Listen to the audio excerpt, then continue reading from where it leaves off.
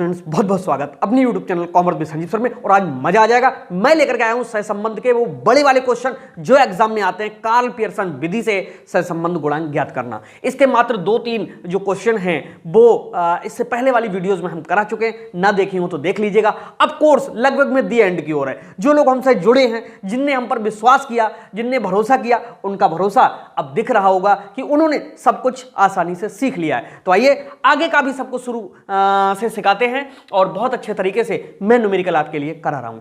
हमने अपनी जो पीडीएफ है उसमें सारे इंपॉर्टेंट क्वेश्चंस के लिए सभी चैप्टर्स में जैसे रखा था वैसे इसमें भी रख लिया है। तो आइए शुरू कराते हैं अपनी पीडीएफ से क्वेश्चन नंबर 1। और ये जो लॉन्ग क्वेश्चन है यहां से स्टार्ट होते हैं फिर से, और किस तरह से सॉल्व करना है आइए समझाते हैं। लिखा हुआ है क्वेश्चन नंबर 1 में, कह रहा है कि निम्न विवरण से कार्ल पियर्सन विधि से सहसंबंध गुणांक की गणना कीजिए। तो किस तरह से हमको करना है, ये पहले नंबर पे तो x लिखा हुआ है और इसमें जो दिए हुए हैं वो क्या क्या दिया हुआ है देखते हैं।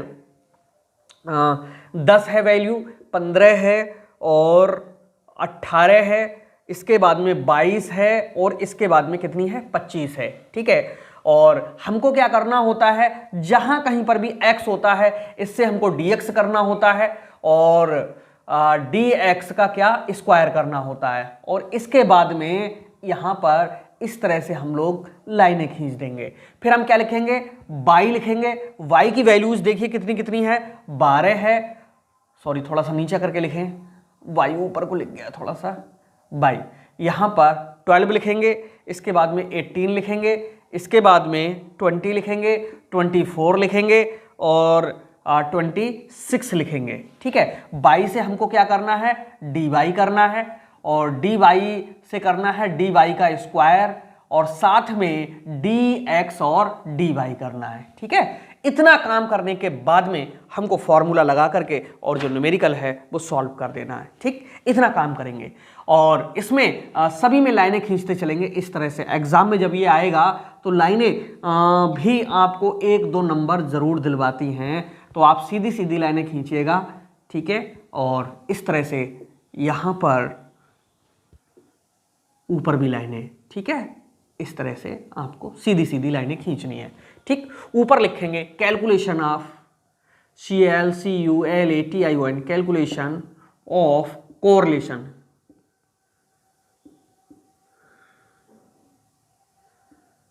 Bye Karl Pearson method. ठीक है, या जिस मेथड से कह रहा होगा उस मेथड को आप लिख देंगे। कार्ल पियर्सन का जो मेथड है उसका फार्मूला है R बराबर, देखने में जरूर फार्मूला बड़ा है लेकिन बहुत सरल है। R बराबर होता है sigma dx dy into N minus sigma dx bracket बंद सिग्मा dy ब्रैकेट बंद के अपॉन में, और वर्गमूल का चिन्ह पहले से ही लगा हुआ होता है, sigma dx square into N minus sigma dx का होल स्क्वायर और ब्रैकेट यहां पर भी बंद। फिर से bracket start, sigma dy square into N minus sigma dy का होल स्क्वायर और ब्रैकेट बंद। इस तरह से ये फार्मूला देखने में भले ही चाहे बड़ा हो, लेकिन जब मैं इसको समझाऊंगा तो तुरंत ये तैयार हो जाएगा। और सच बात यह है कि वास्तव में अगर बेटा पढ़ाई करनी है, सही से पढ़ाई करनी है, बीकॉम अच्छा करना है, जीवन में अगर कुछ करना है, तो भाई एक प्रॉपर जगह पर क्लासेस का सहारा लेना ही पड़ेगा। ओके, तो जिन लोगों ने अगर कहीं ले रखा है तो बहुत अच्छी बात है, और जिन लोगों ने नहीं लिया है वो कहीं ना कहीं सहारा जरूर ले लें। मैं ये नहीं कह रहा मेरे यहाँ ले लें, लेकिन कोई ना कोई एक ऐसे टीचर से सहारा जरूर ले लें, क्योंकि अगर बीकॉम सही से नहीं हो पाया तो समझ लो कि आगे जिंदगी खराब, क्योंकि ग्रेजुएशन का बहुत बड़ा महत्व है जीवन में। तो आइए शुरू करते हैं और समझाते हैं कि हमको किस तरह से ये सारे जो वैल्यूज हैं वो हमें निकालनी है। तो बहुत सरल लगेगा आपके लिए। देखो, इनमें से कोई एक आधार मान लो, तो हम आधार मान लेते हैं यहां पर 18 के लिए, यानी a बराबर कितना है 18। अब इस पूरी लाइन में से हमको 18 घटाना है। कैसे घटाओगे, 10 में से 18 गया तो माइनस के 8, ठीक, 15 में से 18 गया तो माइनस के 3, 18 में से 18 गया 0, 22 में से 18 गया तो 4 किसके प्लस के, 25 में से 18 गया तो 7 किसके प्लस के। हमको स्क्वायर करना है, जब स्क्वायर करना है तो 8 अट्ठे कितने होते हैं 64, 3 तियां होते हैं 9, 0 का 0, 4 चौक 16, 7 सत्ते होते हैं कितने 49। ठीक, इधर इसका टोटल कर देंगे और इधर इसका टोटल कर लेंगे। चलिए करिए, 8 3 होते हैं 11, 7 4 होते हैं 11, ये तो हो गया 0, क्योंकि जितने प्लस के हैं उतने ही माइनस के लगे हुए हैं। इसका जब हम टोटल करेंगे तो देखिए कितना हो रहा है, 4 और 9 13 और 6 19 और 9 28, हाँ से लगा 2 और 6 8, 1 9 4 13, 138। ठीक है, अच्छा फ्रीक्वेंसी कैसे निकालोगे? इसमें तो है ही नहीं, तो एन कैसे करके निकालोगे? इनको गिन लो, 1 2 3 4 5, यानी एन बराबर जो दिया हुआ है, संख्याएं कितनी है ये 5 ही तो हैं। चलिए इसी तरह से बाई कर लेंगे, जैसे x किया सेम बाई कर लेंगे। बाई में भी आधार किसी को मान लेंगे, 20 को मान लेंगे, a बराबर 20, यानी आधार बराबर 20। 12 में से 20 गया, माइनस का 8 बचेगा। 18 में से गया तो माइनस के 2 बचेंगे। 20 में से 20 गया 0। 24 में से 20 गया तो कितने 4 बचेंगे प्लस के। 26 में से अगर 20 गया तो 6 बचेंगे किसके प्लस के। 8 2 10 और 6 4 10। देखिए इसकी भी वैल्यू क्या हो गई 0। ये इस क्वेश्चन में तो 0 आ रही है, लेकिन एग्जाम वाले क्वेश्चन में जरूरी नहीं है कि ये 0 आ जाए। एक 0 आ सकता है, यहाँ कोई संख्या आ सकती है, कुछ भी आ सकता है, लेकिन आपको सॉल्व इसी तरीके से करना है। ठीक है, अगर मुझसे जुड़ना चाहते हो 100% कोई भी ऐसा सब्जेक्ट नहीं होगा जो आपके लिए कवर नहीं करा दूंगा बहुत अच्छे तरीके से। ओके, जो लोग बहम में रह गए वो शायद कहीं ना कहीं अपना ही नुकसान कर रहे हैं, तो इसलिए आप अपने आप डिसीजन ले लीजिए। स्क्वायर किस तरह करेंगे? 8 8 कितने होते हैं 64 होते हैं, 2 दूना 4 होता है, 0 का 0 होता है, 4 चौक 16 होता है, 6 6 कितने 36 होते हैं। इनका टोटल कर लीजिए, 4 4 8 और 6 14 और 6 20, हाँ से लगे 2 और 6 8, 1 9 और 3 होते हैं 12, 120। ठीक है, तो ये कितना हुआ 4 4 8 6 14 और 6 20 के 2, हाँ से लगे 2, 6 और 2 8, 1 9 3 होते हैं 12। ठीक, 120 हो गया। अब dx dy, ये देखो बेटा dx है, ये dy है, दोनों की गुणा होती है dx से dy। करिए, 8 8 कितने होते हैं 64, माइनस माइनस की गुणा प्लस, 3 दूना कितना होता है 6, चिन्ह प्लस का लग जाएगा, 0 0 की गुणा 0 होती है, 4 चौक कितने होते हैं 16, 7 छक कितने होते हैं 42। ठीक, संख्या ये सब प्लस की आई।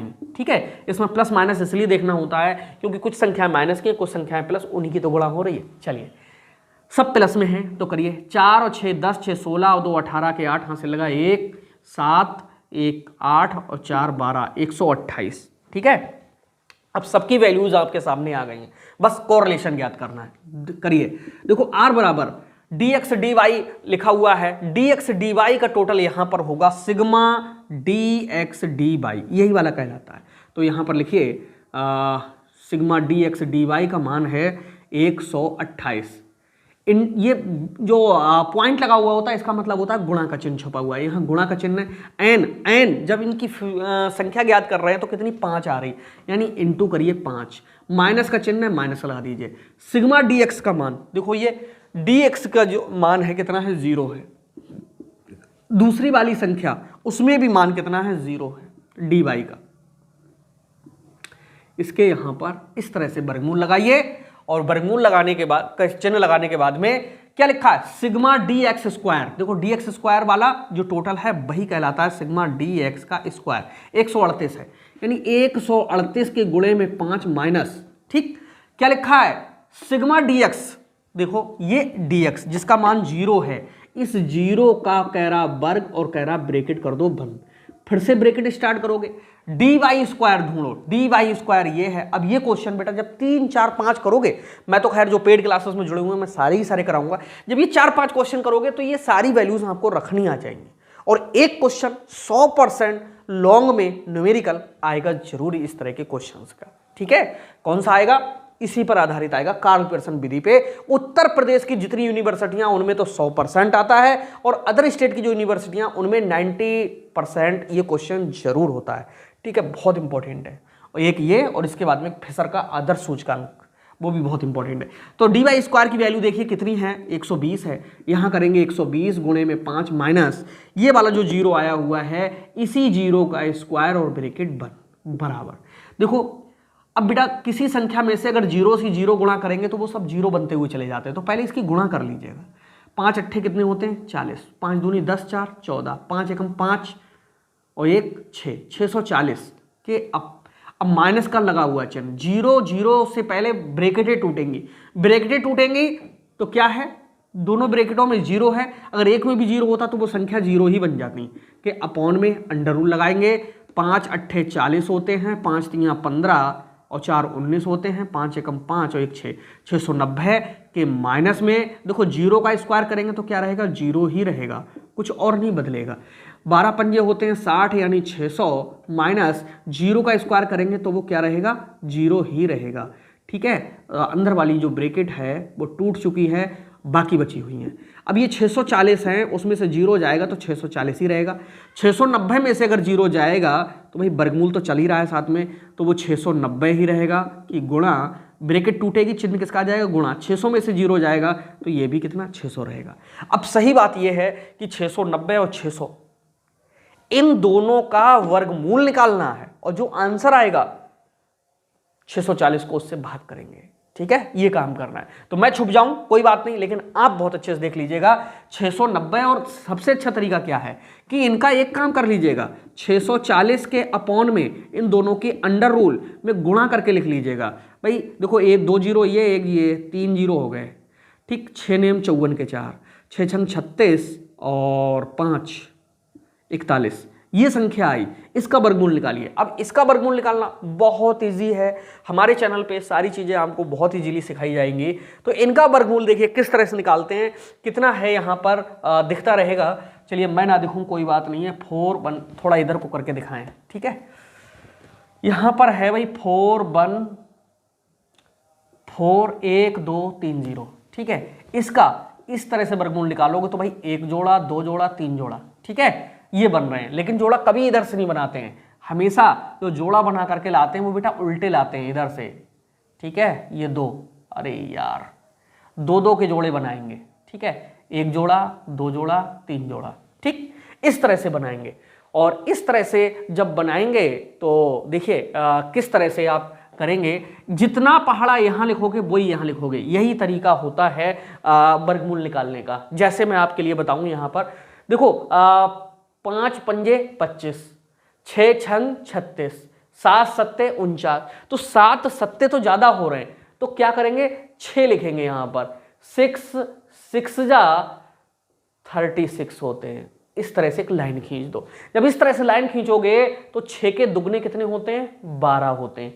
घटाइए, 11 में से 6 गया तो यहाँ 5 बचेगा, यहाँ 3 में से 3 गया तो कुछ नहीं, आगे की तरफ क्या है, जोड़ा है, जोड़ा उतरेगा पूरा।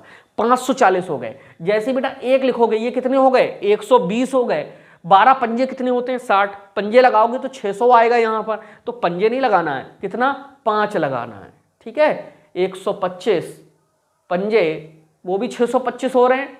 ठीक है, तो पंजे तो लगेगा नहीं, कितना, 4 लगा के देखेंगे तो 4 यहाँ पर, भाई 4 चौक 16, 4 दूनी 8 और 1 9, 4 एकम कितने होते हैं, 4। लाइन खींच दीजिए, 64 के दुगने कर दीजिए, 128 होते हैं। जैसे 6 के दूने 12 किए थे, 64 के दुगने 128। दूसरा तरीका ये होता है, 6 में 6 जोड़े तो 12 हो गए थे।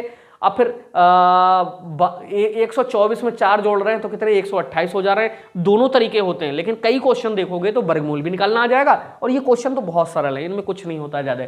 ठीक है, चलिए अब देखिए क्या हो रहा है। यहां पर घटाइए, यहाँ 4 बचा, और यहाँ पर 13 में से 9 गया तब भी 4 बचा। आगे क्या है, डबल जीरो है। जैसे ही 1 लिखोगे, ये कितने हो गए, 1300 हो गए। ठीक, तो 13 तियाँ कितने होते हैं, 39, 13 चौका 52, 5200 तो है नहीं, तो त्रिका ही बार जा सकता है, यानी यहाँ पर 3 लिख सकते हो। तो 643 संख्या हमें मिल गई। एक आध पॉइंट आगे पीछे होता है, कोई फर्क नहीं पड़ता, हालांकि इसका आंसर है 0.99 है। ठीक, मेरा तो रटा हुआ है। ओके, बहुत इंपॉर्टेंट क्वेश्चन है। तो हम जब इसको सॉल्व कर रहे हैं तो भैया आ रहा है 640 के अपॉन में इसका वर्गमूल जो हमने निकाला है वो आया है निकल के 643। 643। अब क्या करोगे, 643 से इसको भाग करोगे 640 के लिए। चलिए वो भी करके हम दिखाते हैं। भाई 643 से भाग कर रहे हैं 640 के लिए, क्या करोगे, पहले पॉइंट लगा के जीरो बढ़ा लीजिए, क्योंकि ये 643 थे, वो 640 ही थे। अब 9 जा लगाएंगे, 9 तियाँ 27, 9 चौक 36 और 2 38, 9 छक 54 और 3 कितने हो रहे हैं, 57। ठीक, घटाइए, 3 बचा, 1 बचा, 13 में से 7 गया तो 6 बचा, यहाँ कुछ नहीं बचा, पॉइंट लगा हुआ है, जीरो लग जाएगा। ठीक है, फिर से 9 जाएगा, तो यही हो जाएगा 57, 87। हमें दशमलव के कितने अंक मिल चुके हैं? 2 अंक मिल चुके हैं, 0.99। तो समझ लो कि यही आंसर है। इससे काटा 0.99। तो R बराबर दिख रहा होगा 0.99, वो भी किसका? प्लस का। इसमें प्लस और माइनस का आंसर लिखना जरूर कर देना इतना।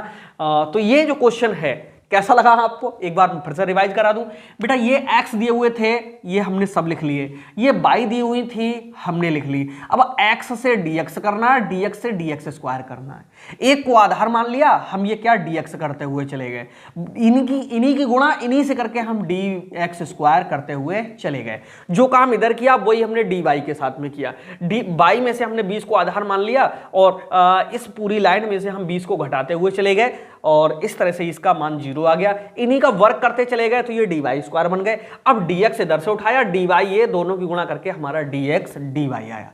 फार्मूला लगा दिया dx dy into N, minus bracket शुरू dx, फिर ब्रैकेट बंद, फिर ब्रैकेट शुरू dy, फिर नीचे आ जाओ अंडर रूल लगाया dx square into N minus dx का होल स्क्वायर हमने किया है, फिर ब्रैकेट बंद किए, फिर ब्रैकेट दूसरी स्टार्ट की, sigma dy square into N minus sigma dy का होल स्क्वायर किया है, फिर ब्रैकेट बंद की। तो इस तरह से देखने में फार्मूला लंबा है, बहुत ईजी है, 2-3 बार लिखोगे याद हो जाता है। ये हमारा अपना एक्सपीरियंस है कि हमारे सारे स्टूडेंट्स इसके लिए सीख लेते हैं। तो r की जो वैल्यू आई है वो प्लस में आई है 0.99। तो किस तरह का ये क्वेश्चन लगा आपको जरूर लिखिएगा। अब हम मिलते हैं नेक्स्ट वीडियो में, तब तक के लिए बाय बाय।